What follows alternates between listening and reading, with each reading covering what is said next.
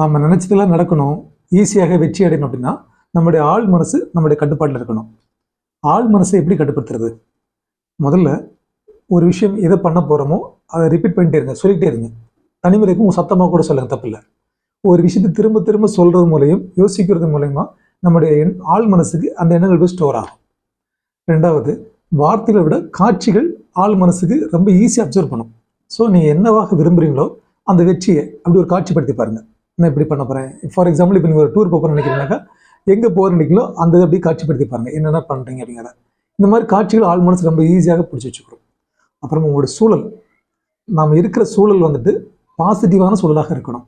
பாசிட்டிவான மனிதர்கள், பாசிட்டிவான சூழல், அதை மாதிரி நீங்கள் அமைச்சிக்கோங்க. அது உங்களை ஆள் மனசு பாசிட்டிவாக கொண்டு வரும். அதுக்கப்புறம் உங்களுடைய ஆள் மனசு ஆல்ரெடி ஒரு மனசு, ஒரு நம்முடைய எண்ணம் இருக்கு இல்லையா, ஒரு விஷயம் செய்ய நினச்சிருப்போம், இது செஞ்சு இதெல்லாம் தோல்விகள் வந்துடும் அப்படின்னு நினச்சிருப்போம் இல்லையா. என்னென்ன தோல்விகள்லாம் வரும், அது குறித்து என்னென்ன பயங்கள்லாம் இருக்குது, அதெல்லாம் ஒரு காட்சிப்படுத்துங்க. அதெல்லாம் விளக்குறதுக்கு என்னென்ன செய்யணுமோ அதை யோசிங்க. அப்புறம் தியானம் பண்ணுங்க. தியானம் உங்களுடைய மனசை வந்து ரொம்ப ஒரு அமைதிப்படுத்தும். எல்லாத்துக்கும் மேலாக நன்றி உணர்ச்சியோடு இருங்க.